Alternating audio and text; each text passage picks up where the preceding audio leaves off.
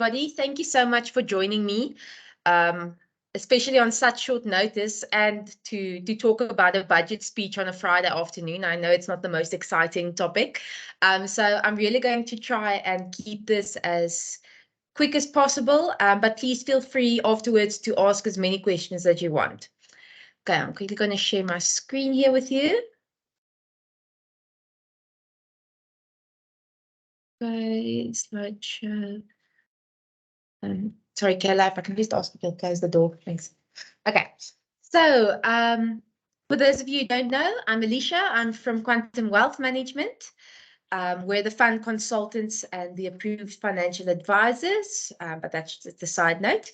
What you're actually here for is to talk about the budget that was announced on Wednesday.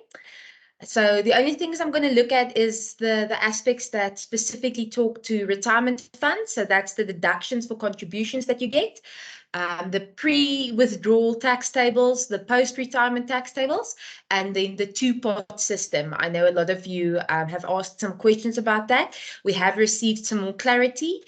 So I think I'll probably spend the most time on that.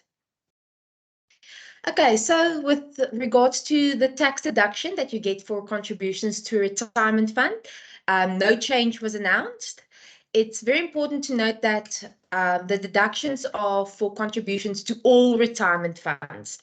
So if you have a pension fund and you have a couple of annuities that you're contributing to, SARS will take into consideration all of your contributions, and according to that, you can get a tax deduction. So the maximum deduction is 27.5% times taxable income, and it's subject to an annual limit of 350,000 Rand per annum. So even if you've chosen 100% pensionable salary now, you will still get your full employer and member contributions as a tax deduction. If perhaps you have additional annuities, you won't get that tax deduction this year or now as a tax benefit, but that tax benefit will be carried over until retirement. So let's say this year I contributed 100,000 more than my maximum deduction. That means that at the date of retirement, when I take my cash portion, I will get 100,000 Rand larger tax-free cash portion than somebody who didn't make additional contributions. So that's just the way it works. It's not that you lose your tax benefit, it just gets rolled over into the future. So that annual limit, the 350,000, just to give you an idea, that is only if you earn more than 1.27 million per year. So the most of us are, the 350 is not applicable. Okay, then finally, the minister announced changes to the tax tables. I'm not sure if he understands how inflation works, because the last time these tables were adjusted were in 2014, and we only got a 10% adjustment. So not quite keeping up with inflation, but we'll take what we can get. So this table is specifically if you withdraw your funds when you resign or you're dismissed. So you leave the service of the employer, but it's not a retirement. Then this table is applicable. For those of you who don't know, you actually do have access to 100% of your pension fund when you resign or you're dismissed. But only the first now 27,500 is tax-free. It used to be 25,000 previously before the announcement on Wednesday. So that's applicable. This is the new table applicable. Of course, you don't have to take the money in cash when you leave the service of the employer, and I would please urge you not to. Rather preserve that money and make sure that you don't have to start from scratch when you start working at a new employer. Okay, so that's the pre-retirement table. After retirement, so this table is applicable when you retire, when you're retrenched, or when you pass away while you're still in the service of the ARC. Then this table will be applicable. It used to be 500,000 that was tax-free, and as I said, 10% increase, so you now get a 550,000 Rand tax-free lump sum. So very importantly, this amount is only applicable to those obviously retiring or leaving the service of the employer after the 1st of March, so that is next week, Wednesday. Should you retire or resign before that, the previous tables will be applicable. So just keep that in mind as well. Okay, now the more intricate part. So finally, we got more clarity on the two-pot retirement system. Now, for those of you who don't know, this came into contention when COVID came around, because a lot of people said, look, I have all these funds in my pension fund. I'm in a crisis, but I don't have any access to it.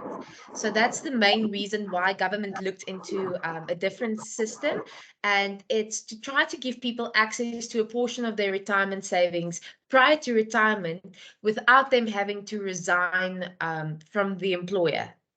So the decision has come in that this will be rolled out from the 1st of March 2024. So it's not coming in on Wednesday.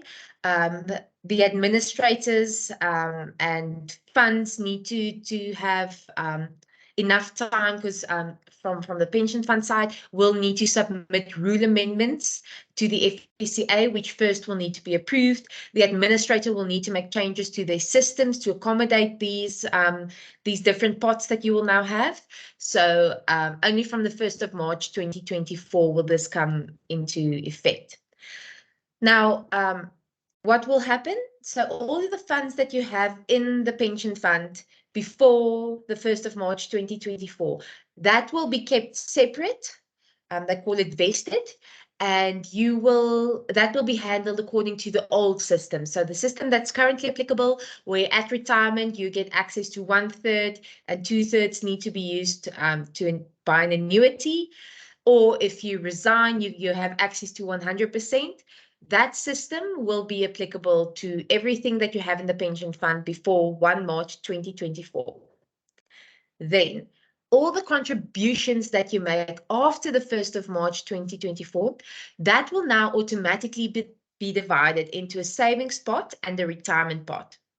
Now, your savings pot will get 1/3 of your contribution, and the retirement pot 2/3. Now, I think it's very important to note. So obviously, from the ARC Pension Fund's point of view, you have your member contribution, which is whatever percentage you decided on, and your employer contribution, which is the fixed 16%.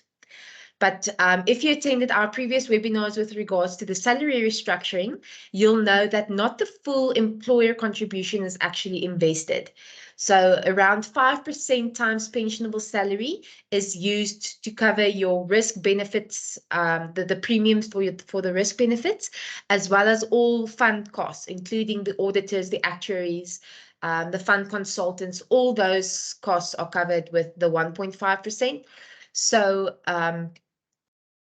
what will go into these two pots will be whatever you choose as a member contribution, and then 11% times pensionable salary for the employer contribution.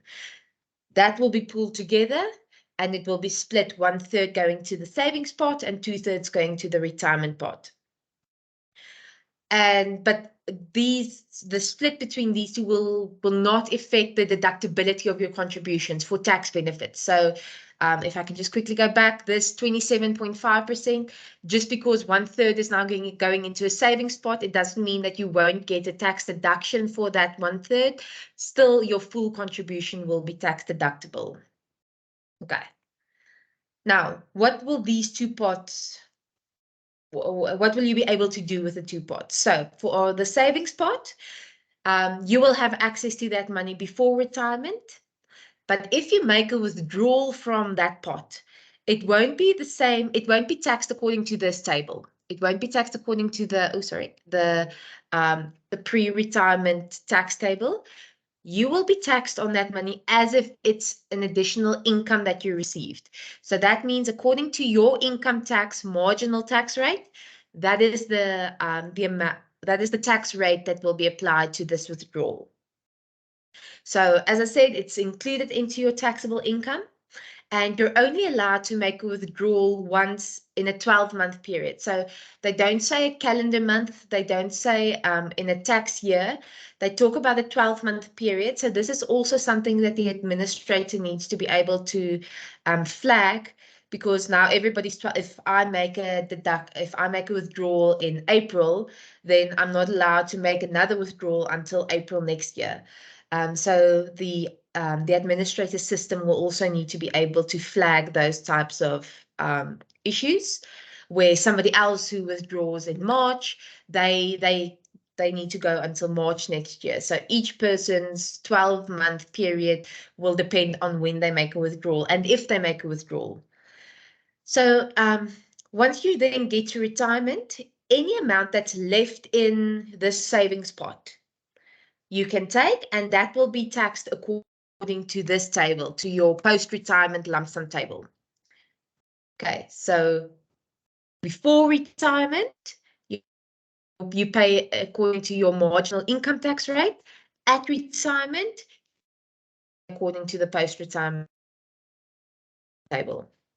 The retirement pot will be completely hands off. You will not be able to do anything in that pot until you reach retirement. And then when you reach retirement, you will only be able to buy a retirement income product from that pot.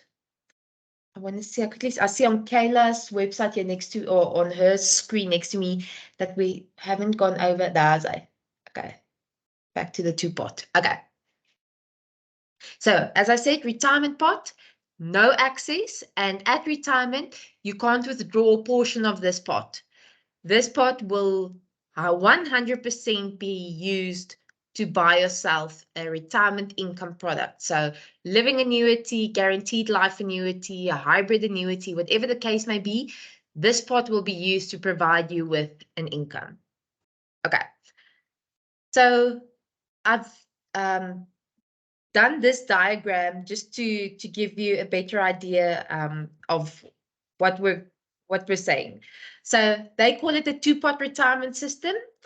I've scratched that. I'm calling it a three-pot retirement system, because there are going to be three different pots that we need to work with. So the first one will be what I call the vested pot. So that is everything that's in this pot before the 1st of March 2024. That will work on the old system, which means up to a maximum of 1/3 can be taken in cash when you retire from this pot. And if you resign, you have 100% access to this pot. And any withdrawals from this pot will be taxed according to those tables that I showed earlier. Okay. The other two pots come in after the 1st of March 2024. And to the savings pot, 1/3 of your contributions will be invested there. And to the retirement pot, 2/3 will be invested there. So with your savings pot, you will have access once every 12 months. Before retirement, it's taxed according to your marginal income tax. And after retirement, whatever's left in there is taxed according to the lump sum tax table. The retirement pot, 2/3 of the contributions are invested, and you must use this pot to buy yourself an income or to provide you with an income after retirement. So that means at no point can you get your hands on capital from the retirement pot. Okay. As I said, this is really just a quick, there weren't that many announcements in the budget pertaining specifically to retirement funds. So that is what is applicable. But please, if you have any questions, go ahead and raise your hands and we can talk about that.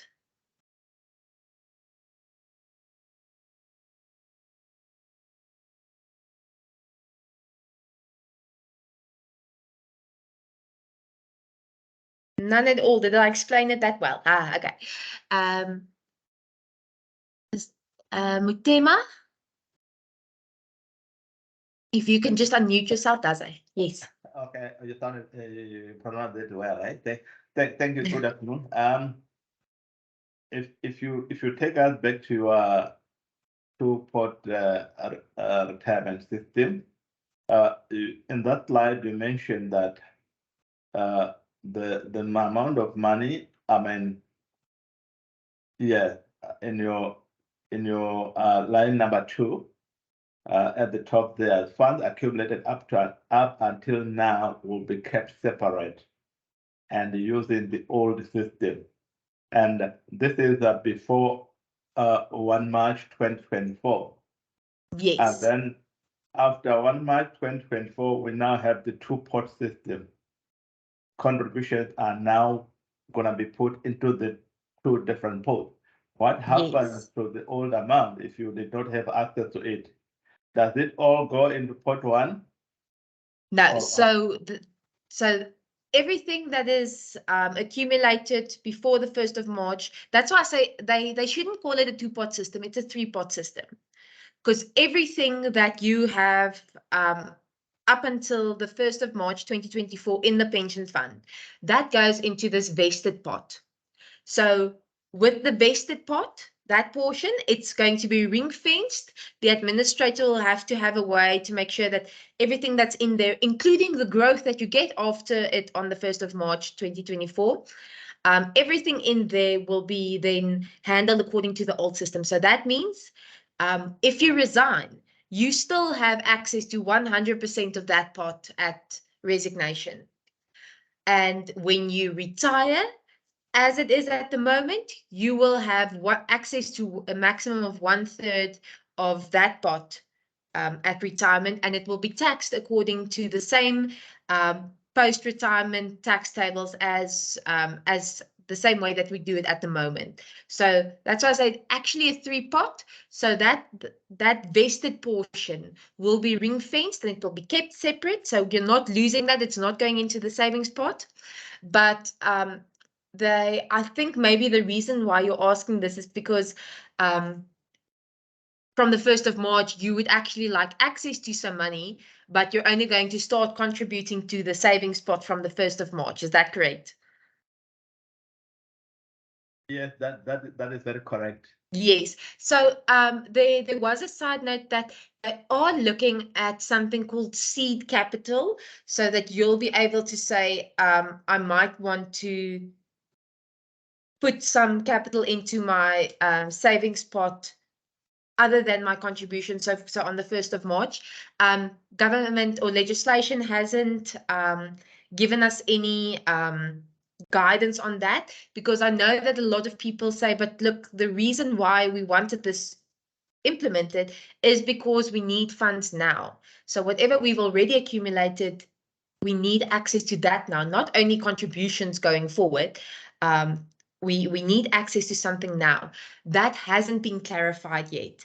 So we don't know. I know a lot of the unions have went to government and said, look, we need some type of a seeding arrangement or a way for our members to get access to this already accumulated pot, but nothing has been clarified yet. So I can't tell you yay or nay what's going to happen. Will you be able to say, okay, I'm going to give a portion of my vested pot and put it in my savings pot? We're still waiting for clarity on that from government. But as it is right now, it suggests that if I retire, my pension will be coming from two lines, right? The old pot and the new pot. Yes, that's correct. And maybe the other question then would be whether these 2 pots are under one administrator or they will be administered differently. So they are supposed to be able to. I think that's also why they gave time until the 1st of March, because these are huge changes that need to be done to the administrative systems in order to accommodate all of these changes. But in theory, yes. So the administrator will need to be able to handle those 2 separately. Thank you. Okay. Let's see here. Any other questions?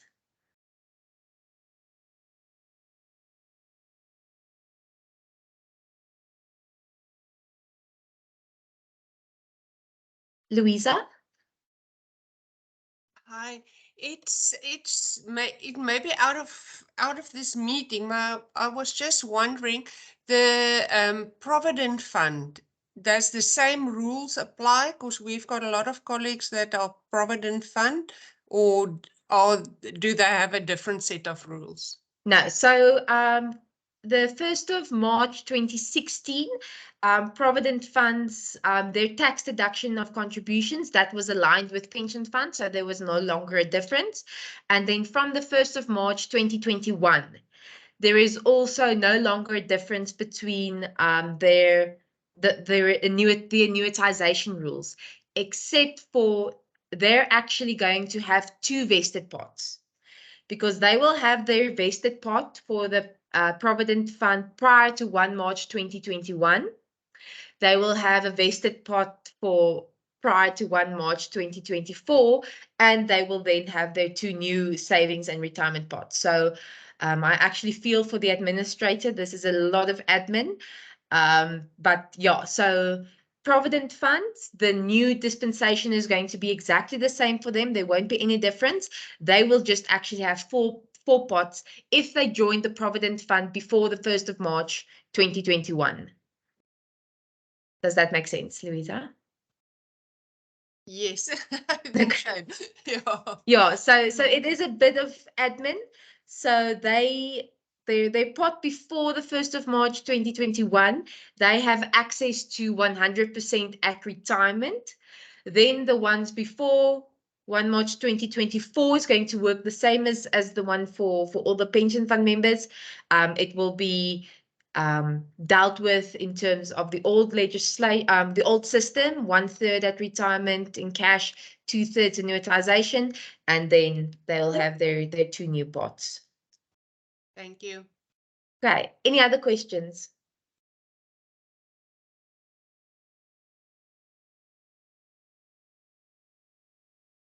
Okay, if you want, I'm just going to quickly share again, just to give you my details. If you have any questions, please, you're more than welcome to send me an email, give me a call. If you have any questions on your specific finances and you would like us to assist, please, we're more than happy to. And it's a free service to all pension fund members. So you can go ahead and make use of that option. Okay, thank you so much, everybody. I'm going to close the meeting, and I'll also be sending out the recording just now for those of you who couldn't attend. So thank you for joining.